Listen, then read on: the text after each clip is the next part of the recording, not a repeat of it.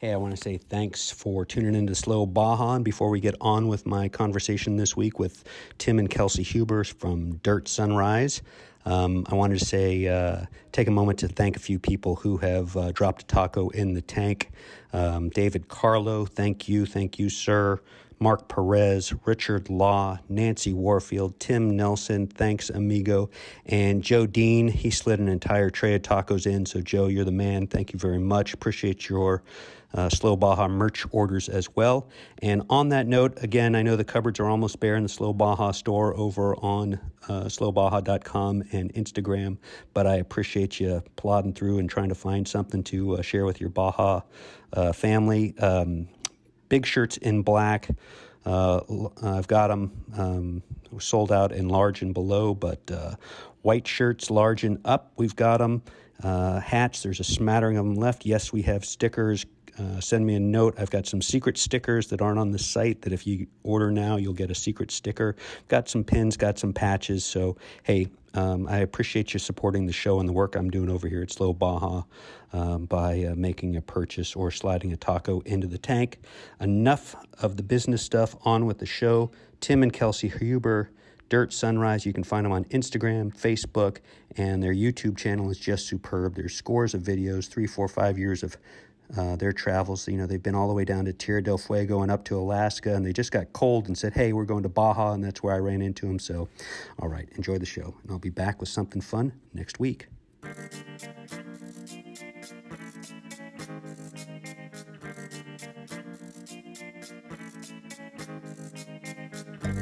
Hey, this is Michael Emery. Thanks for tuning into the Slow Baja. This podcast is powered by Tequila Fortaleza, handmade in small batches, and hands down, my favorite tequila. Hey, I want to tell you about your new must-have accessory for your next Baja trip. Benchmark Maps has released a beautiful, beautiful Baja California road and recreation atlas. It's a 72-page large format book of detailed maps and recreation guides that makes the perfect planning tool for exploring Baja. Pick yours up at benchmarkmaps.com. Exactly. We're working on it. I hear the reason that people listen to me is because I put them to sleep with my you sultry like sounds. There was, yeah, what's the guy's name that does the sleep podcast out of San Francisco? Sleep with me. I don't know his name. Good to know. I can't remember his name, but it's like his voice. He's like, "This is what I was cut out for," and it's just so perfect and sort of like bassy, and you're just like, and he just like reads a story, but then goes off on tangents. And it's so random that it's hard to listen to. It's like somebody who's a horrible storyteller, just kind of like, and then, well, what was I saying? Oh my gosh, there's this bird next to me on the wall here, and so like that's literally a podcast, and he's making his living. Because it's nothing you care to listen to. I mean, like it's sound, but it's not like interesting, so it doesn't capture you. And it just puts you to sleep. Yeah. Coming soon on Slow Baja, the Sleep Files. The Sleep Files. On Patreon. You can just walk around in Baja and then describe what you're seeing. Exactly. And that'll be the background noise to like, there's a babbling brook. And there's a boat passing in the harbor. Yeah. Well, good friends, old friends now. I just looked at the Slow Baja log, and your podcast was September 11th, 2020. Wow. Over a year ago. It's been that long. That's wild. Yeah, and today we are at November 21st. Huh. Podcasting here at the Hacienda Bugambilias in La Paz. Yeah. Tim and Kelsey Huber. Tell me about where the hell you've been since we spoke last. Man, we've been good. It's hard to believe how far we've gone. Yeah. So since then, we did a few desert races, and then we got to work. We went up to Alaska. Yeah, and then when we were done working, so working took us all over western states and mapping trails and doing all that kind of stuff. And then as soon as we were done with all the work we could find, we were not really close to Alaska, I guess. Closer than but in Arizona. our minds, yeah, when you're in Oregon, I mean, heck, you're halfway there from Baja anyways. And so we just started driving north and went up to Alaska. Well, we actually took the ferry, I guess, on the way up. Yeah, we didn't drive up, but we drove down. Yeah. Yeah, it was really pretty. It was such a neat thing, and we were able to complete the whole Pan American technically, which was also a cool thing, but not the reason we went. But we got to see a lot of cool animals, some that I didn't even know existed. The muskox. Yeah, It's not I real. really wanted to see one. Those are real? They're not. It looks They're from Star Wars, and they had one out for us when we were up in Prudhoe Bay, right next to the pipeline. They put one out. Just And, one. Yeah. We only saw one. Yeah, the guys in the suit on the inside were really nice. It was a cold day. But that was amazing. Yeah, I was seeing the animals was cool, and just seeing the terrain that is so different. Yeah. Yeah, and getting a taste of traveling again is nice because we've been kind of not stuck. 'Cause the States is a good place to be. Yeah. There's lots of adventures to be had, but our passion is to travel more internationally. So we've come down to Mexico a few times during the time that we're in the U.S., and it was good to get up to Alaska, which is still obviously the U.S., but able to cross a border at least. I just get far enough where things change. Yeah. Scenery and people and all that, and that was a good feeling. Yeah, to feel totally. like free again a little bit, and to go into Canada, although a lot of Canada was closed when we were there, but to non-essential anyways. But it was still cool to be able to do all that. Yeah, and then after Alaska, first thing we wanted to do was come to Baja. Yeah, so funny. I mean, we ran into each other a month ago at the Nora 500, and I thought, wait a second, didn't I just see these guys in Alaska on Instagram? Yes, you did. I know there's like a delay, so celebrities, they need to not let Schedule people know it, where they are when they're there to keep the crowds down. We but- go with the tact of just go really far away from where you last were, so we don't need to be behind. We just leave where we were. No, that one was almost live. We were in the Yukon, so we'd gotten into Canada, and we'd had plenty of below freezing and some below 0 days, and we're seeing a lot of things closed. Yeah. All First Nations land was closed in Canada, and there was some really cool stuff on that area that we wanted to see. And so we kind of been like, lots closed, winter's coming in. A lot of businesses say, see you in May, like on the sign. We had a good shoulder season up here. It's perfect, but it's we missed cold. a lot of the bugs. And then I was talking to my buddy on the phone about Alaska, and he's like, so you're probably not going to make Nora. And he'd built a new car, a 5/1600, like basically a Baja Bug on steroids. He'd been working on it for like a year. Yeah. And it was, it was a big deal for him to build a new car for himself, because he builds cars for other people. He said, you're probably not going to make it. And I was like, nah, I mean, we're in northern Yukon. And when we hung up, Kelsey goes, I'm kind of sick of the cold. Fish tacos and the beach sound if pretty you want to good. go, I'm willing. And I was like, it sounds like you're more than willing. I think you want to go. She's like, he'd appreciate it. And I'm like, I think you just want fish tacos and sun. That's true too. God, I love it. Yeah. I love It was it. 3 days of straight driving, just It was- switching seats. And, we slept 2, but, good 14-hour days or something of driving. Yeah. And, hit Baja and made the Nora. So it was great. Yeah, and the Nora was really fun. That I think has been my favorite race. Yeah. The Baja 500 and 1000, it's iconic. But as far as like fun to be at, that's more fun. You get a lot more sleep at the Nora than You get a lot more sleep. Yeah, you get almost normal amounts. Not quite, but. So let me insert the plug right here. You can come with Slow Baja in the Slow Baja class on the Nora 1000 in April, folks. April 30th through May 6th. If you want to get a taste of what it's like to race in Baja while you're not racing in your non-race vehicle and have enough time for photos and tacos and seeing a few things along the way, Slow Baja is the way to go. Check it out at nora.com. You got to do it. Yeah, I'd recommend it. Yep. Plug placed. Yes, dialed that one in. It was like teed up right there. Thank you, You're Kelsey. Hey, so I still remember our first conversation. I was so amazed to look at the map of where you had been and what you had done and all those miles. I think at that point it was something like 70,000 miles, as I remember. And you honestly just said, we kind of skedaddled through Baja because we'd been there before, but really, Baja is one of the better places we had been. Yeah. And when you've driven all the way to Tierra del Fuego, I think that's saying a lot. Yeah. I think So- people are surprised because I think you have a tendency just innately to believe that distance equals like good, right? So Patagonia is far, Ushuaia is the bottom, so that is a goal in your mind, and that would equal that it's really great. And it is great, actually. But, I mean, if you really just take away the distance to places, I think Baja is still our favorite place on Earth. Yeah.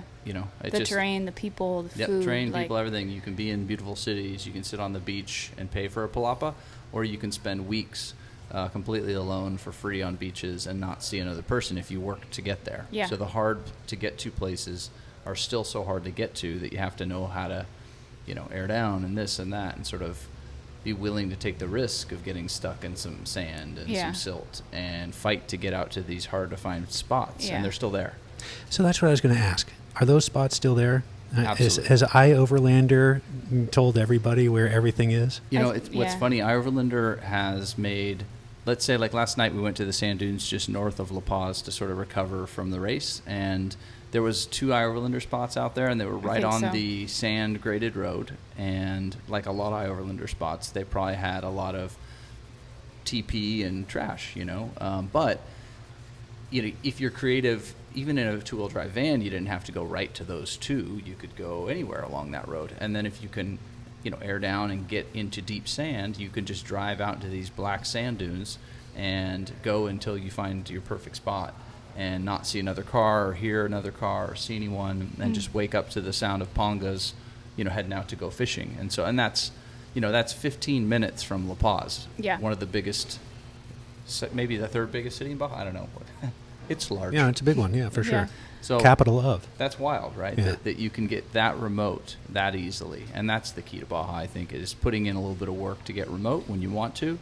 And when you want to sit on under a palapa and have a margarita brought to you, that's great too.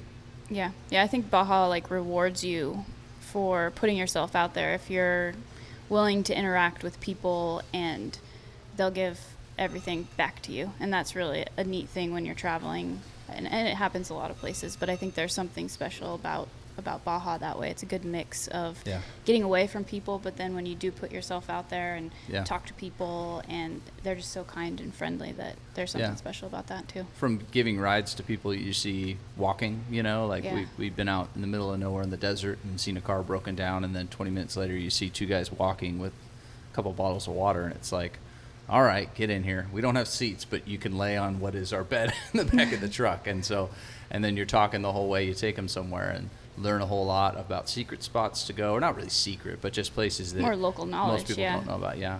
Or those guys we helped, get their truck unstuck from the sand.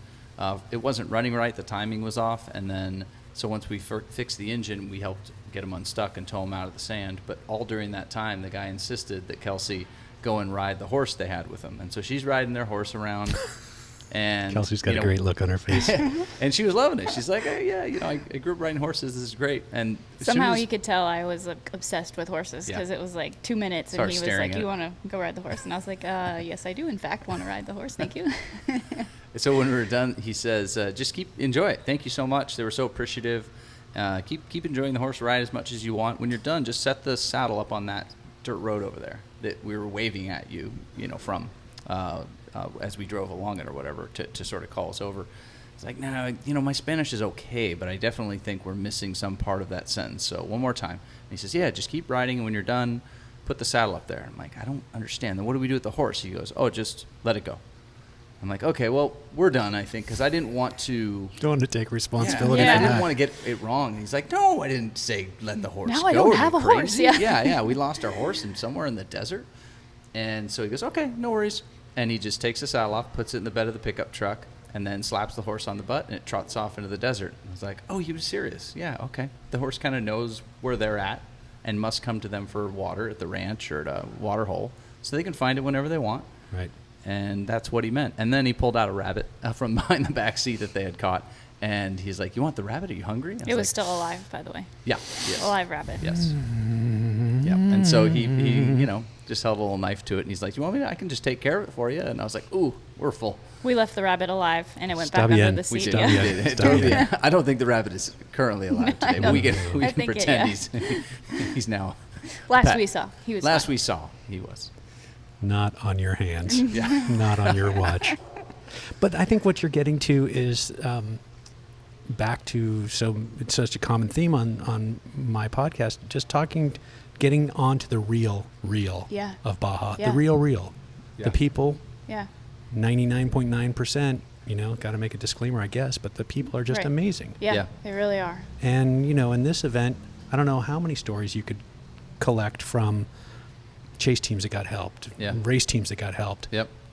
class 11s that got pushed here or drugged there or what have you. Yeah. Yep. I mean, it's just one thing after another, after another, after Yeah. another. And it really is legit. And for us to have chased and driven a bunch of miles on dirt and seen the people just packed in, having Yep. fun, watching Yep. the show, and it's something. There's a Yeah. a love of life here. That's, Absolutely. Yeah. Yeah. And I think there's like a culture of giving where, and in the resort cities and at a hotel or something, that people are still great. But that's, the business of tourism. So that's a bit different. I just mean the people in the most remote spots of Baja, on these ranches we've come across, the culture is just, giving. Invite people into the home. Yeah. We've never stopped somewhere to ask directions or anything without them going, come on in. Do you want a cerveza? Do you want some water? Do you want a soda? What do you want? Yeah. But let's take care of you. And that's the culture of it, I think. And so the hardest thing is to be able to, like, give back enough to feel like you've sort of set an equilibrium, because people are so giving that you find yourself, by the time you leave Baja, you're stopping to give gas to a car on the side of the road that maybe ran out, and you're just trying to do something to give back to all these people that their way of doing it is to give to you. Yeah. Yeah, I think little things. I mean, I went into like a pharmacia this morning just to grab something, and I was talking to the lady at the, checkout stand, and I don't have great Spanish or anything, but like she was just so kind and so nice that you leave randomly a pharmacia feeling like, oh, that was nice. I like her. She was so nice. Yeah. It just makes you happy, makes you smile. Does put a little fullness into your heart, doesn't it? Yeah. Everyone seems genuine. Yeah. Not everyone. Disclaimer again, but for the most part, genuine. I think that it's sort of like, for us, it was the beginning. We've been coming to Baja our whole life pretty much. And so it was the beginning, though, of our big trip.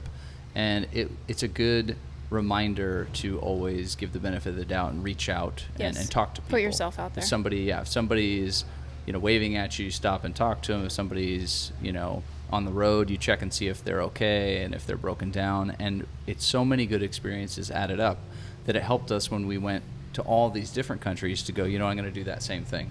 And by all means, if your gut is telling you something other, then okay, go with that. But there's your gut, and then there's that overly cautious side of you that's like, it'd just be easier to keep driving. I don't know. I don't know if it's worth the risk.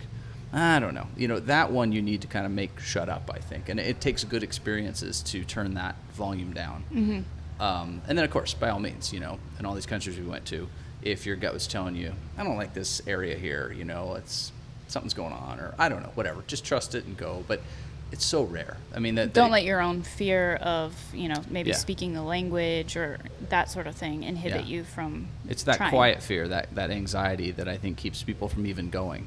Like we were just talking about. Yep, I'm going to go with you guys to the race. I can't wait. It'll be my first time in Mexico, my first time in Baja.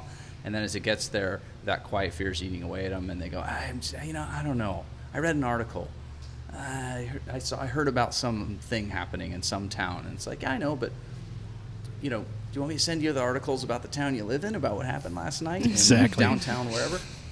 I get it. Something can happen everywhere, but yeah, it's tough to get over that. I think the moment you do, you'll be happy you did. But yeah, for sure. Hey, do you wish you had joined us on the Nora 500? Well, here's your chance. It's double the mileage, double the fun, double the parties, double the dirt. It is the Nora Mexican 1000. We're going to drive by day. We're going to party by night. I'm pouring 4 delays of tequila. April 30th through May 6th, 2022. We're driving the entire peninsula. You don't want to miss out on this one. Again, if I can do it in my 1971 Toyota Land Cruiser, totally stock, you can do it in any modern 4x4.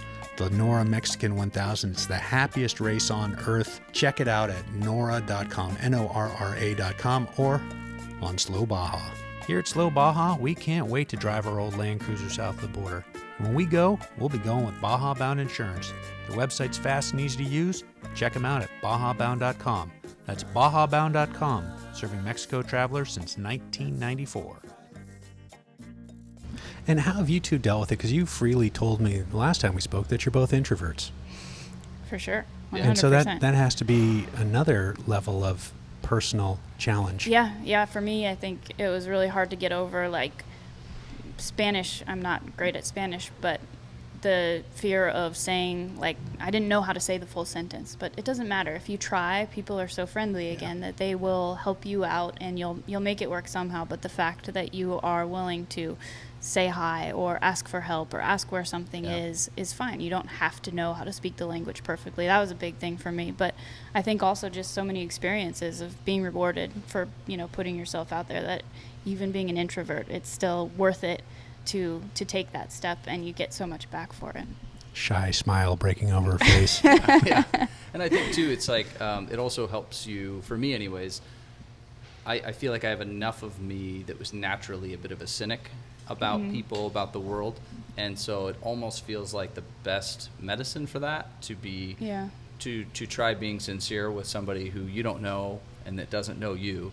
And they're so giving and so kind, and then you're so giving and so kind with them that you kind of go, everything's all right. The world's all right. People are pretty good. And it's almost like a therapy in a sense when you travel, I think, to try and embody the person you'd like to be, the more optimist and the more sincere person, and constantly again and again go, wow, people are good. People are genuinely, inherently good. But if you asked me, different points, I think, in my life, I might have a different answer, and you start to go down a path of, oh, gosh, everyone takes advantage, you know what I mean? All those cynical thoughts that you may have inherently in your brain. It's the best sort of medicine for that, I guess you could say. So I think so. So let's talk about the new house. New truck, new house.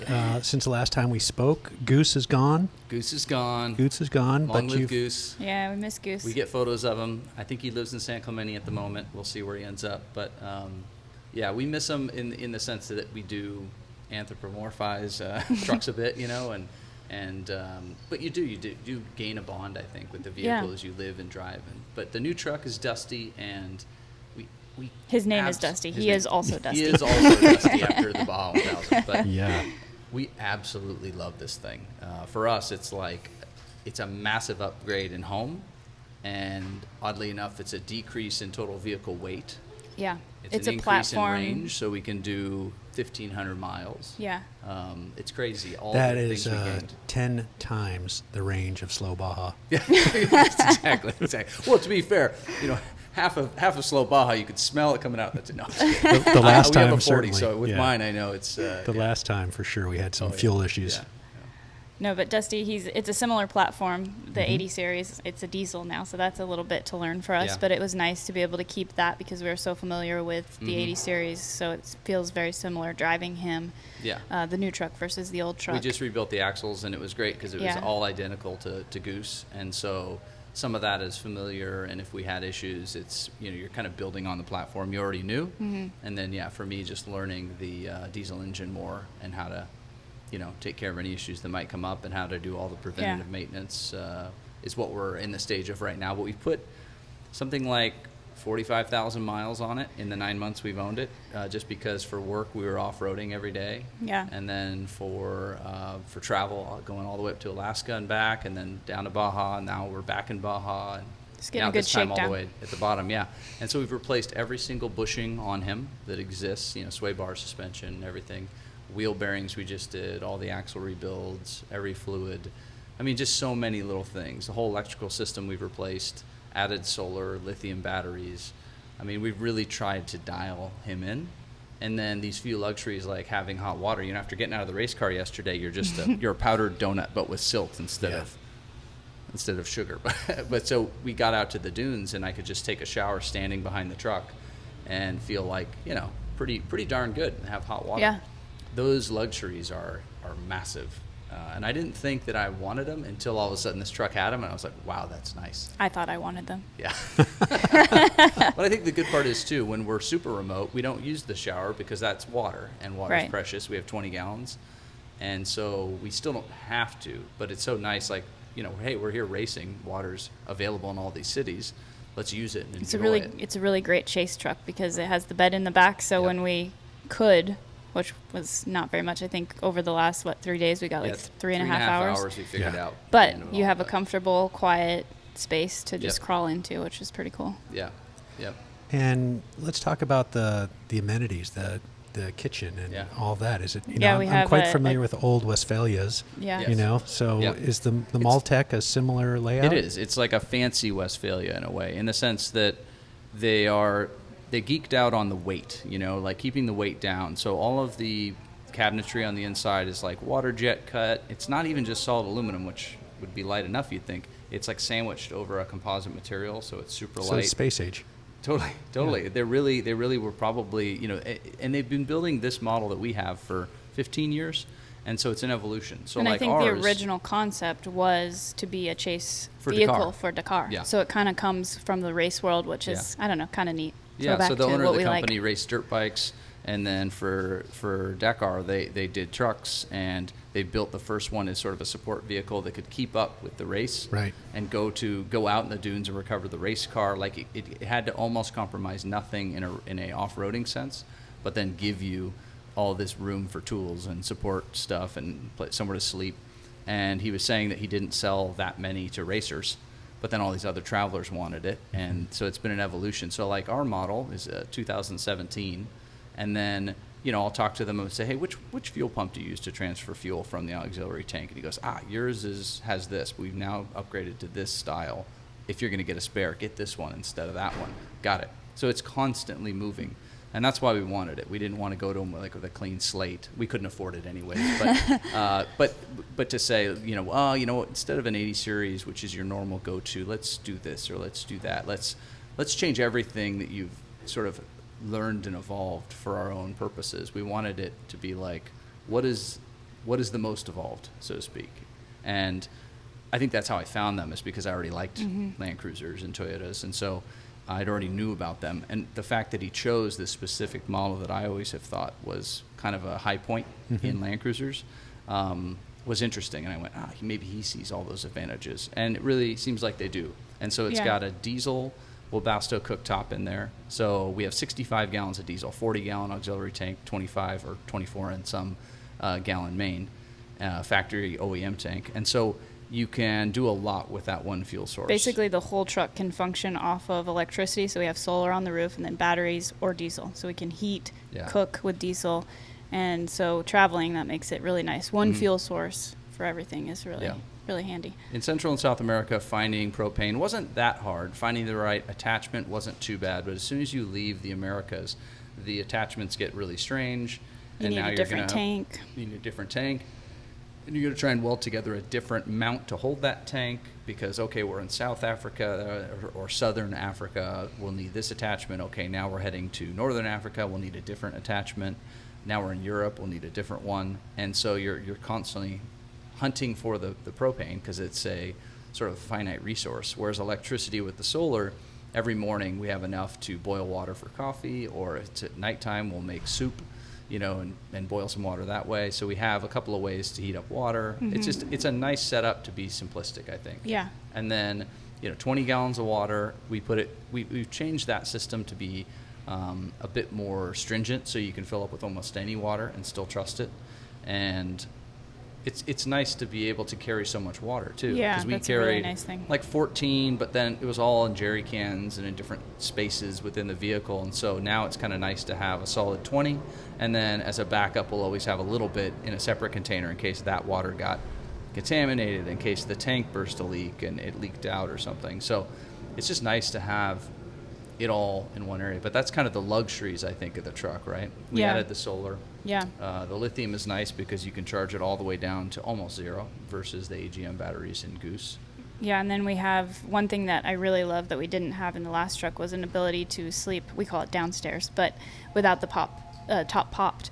And that's really nice. I mean, just during the race, we used it because, one, it was cold up north at night, and then two, it's just your noisy pit area usually, and so there's a lot going on, so to be able to close the top and kind of be cocooned in this little area is a really nice option. Yeah, you've got some privacy, and then to some degree, that truck doesn't call a lot of attention to itself, so it's a bit of a stealth mode. Yeah. To not have to pop up the top. Exactly. Yeah, Definitely. It's nice if there's nowhere to camp legally, you just find a street in a decent area and crawl into the back. That's it. You're done. And so it's kind of nice to be able to do that stealth camping when you need to. And then for all the other reasons too, like in Alaska, that negative 12-degree night, we were down below. We have a little Webasto heater. I forgot to mention that luxury. Yeah. So you turn that on, you've got a little hot air pumping in, and that was super nice. And then like last night, you got the top popped. You can go up to the upstairs bed and really like enjoy the bigger bed and everything. So these are all luxuries to us. When it's your full-time home, it's so nice. If it were a weekend camping vehicle, I think this truck is pretty overkill. But for what we're doing and how we're living, I couldn't design a better vehicle. I was already going down this path of a box on a truck of some sort with a pass-through and all these basic ideas. But this one takes my same thoughts and gives it 15 years of work, which is great. Yeah. So, where are you headed next? A year ago we were trying to go to Australia, and I think we all thought when COVID started that it would be shorter than it has been. Yeah. And so we were thinking that we'd be able to. Alaska was a great side trip, and that was amazing. But we're looking to head somewhere new, and we're kind of looking at Africa. Yeah, We've been getting Africa shipping is quotes kind to of try the and head to main Namibia or South Africa. Goal right now. Yeah, and we have some friends over there, and that's the great part of traveling like this is you have friends in places on Earth that you would never dream that you knew someone. And so they're saying how quiet it is, how the animals are back more than ever because there's not this influx of, 50 or sometimes 500 tourist vehicles per day heading into some of the preserves. And so it seems like a great time to go before it's fully ramped back up, and you might be able to see the country like it was the 70s, or I don't know, some other era maybe when there was less tourism going on, less organized tourism. So we would love to. So that's the goal, but we've kind of learned not to make solid plans and say we're definitively going to X. I mean, even when we talked last time, I think when we were heading south, it wasn't that we were heading to the tip of South America. It was we're going to keep heading south. We'll see how the budget lasts. We'll see how the truck does. I don't know. Let's see if we're liking it. What if we hate it? So it's kind of like that too. Now the goal is to head hopefully to Africa, but Mongolia is a place I've always dreamt of going and exploring. So there's so many that we just sort of like do the research, do the budget, and see what sticks What and makes what sense, looks yeah. like it's going to work. And Africa is the goal right now, and I sure hope that in January we're shipping the truck. Yeah, we'll see. Shipping right now is interesting to say Crazy, the least. isn't it? Yeah. Yeah. Yeah. And then one container is a pretty small job for an agent when they're used to, a Costco or something like that coming to them with an order. So we're trying to get our one container load done and find where we can send it that would be interesting. Yeah. Kelsey, what advice do you have? Everybody's an overlander now. Everybody's got an Instagram page and a YouTube. You're really actually doing it. Yeah. And you're doing it beautifully and thoughtfully and seriously. Spending hours every day or week putting together films so people can live vicariously through you. What advice do you have for folks? How do you get them to just get out and go? I think just being genuine, getting to what you're passionate about, and it doesn't have to be what everyone else posts or is passionate about. I think if you find what really gets you going, that's something that's really huge. And for me, I do like making videos, so it just so happens to be a cool thing, but I am really passionate about that, and I try to share the parts of travel that I really, really like, that get me. So the people, the genuine people that we meet, and food is something that I like too, but I don't know, I just genuine, I think it would be the bottom line. Yeah. I think, honestly, Kelsey was the big push from the beginning to stick with just doing what we feel like doing, posting what I feel like posting, whether or not it's, statistically going to be the best photo or whatever. And so she kind of made me a believer, I think, in going, I know that we don't, our page, we've been told, doesn't have a theme or a sort of look to it. And it's like, yeah, it's not curated. It's, if we post something, it means something to us. I was obsessed with maybe some strange cars in a foreign country. And so I could just see in each one the owner taking care of it in a certain way, let's say. And I wanted to post it. It doesn't matter that it was not I think the cool thing is then that way you find your people, people that are into the same things that you are, not this perceived person that you're making up, kind of, Well, and I think the biggest fear then is if we're growing this and we have a lot of people watching our YouTube channel, but we weren't sincere from the get-go, now you need to be that person that you pretended to be in the beginning forever, right? And it's much easier to just kind of go, take it or leave it, here's us, and then if people like it, that is awesome. And if they don't, that's okay. The internet's a big place. There's a lot of different types of folks for people to follow along and watch. And so that's been something that Kelsey's been really big on sticking to from the beginning. And I'm definitely a believer now. And we're just going to do what we're going to do. And we'll stop and work as much as we need to work. And then we put, Kelsey puts in 30 to 40 hours a week editing video. And then I'm doing the Instagram and emails and trying to do orders and stuff, and we just try to keep this thing going. And it fills the fuel tank up a few times for us each month. And that's the goal, is to travel further on what we have than we could if we didn't put the work in. Yeah, So. yeah. And where can people find you? Dirt Sunrise. That's, if you look up Dirt Sunrise, we're the first thing that comes up. So Yeah. YouTube, Instagram. Yep. We have a Tim and website Kelsey that'll Get direct Lost you there. Yeah. and Dirt Sunrise. We just kind of, we've always joked around that we like getting lost and we like kind of going, where's this dirt road go? And we do a lot of U-turns, because we just go down a dirt road. Oh, there's somebody's ranch there. Oh, there's this.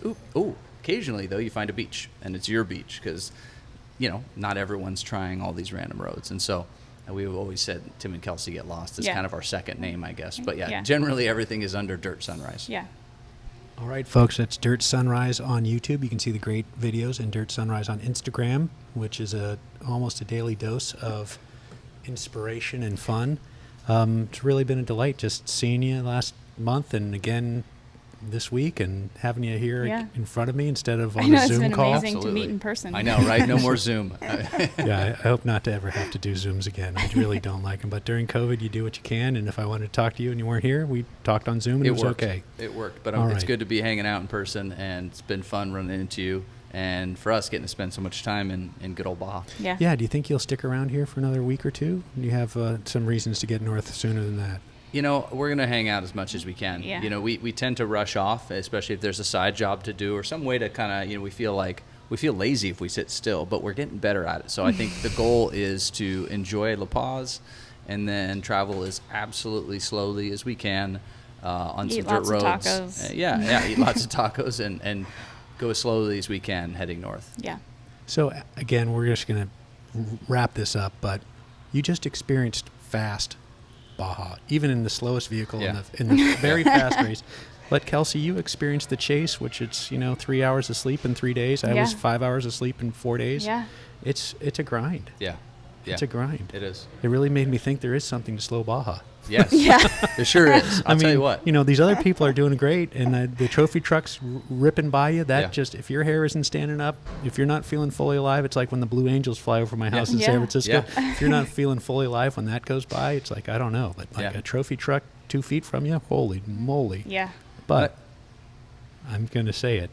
There's nothing wrong with slowing down. Nothing. And and it's so funny how similar the two can be and so different, to race, go, all that camaraderie, all that excitement.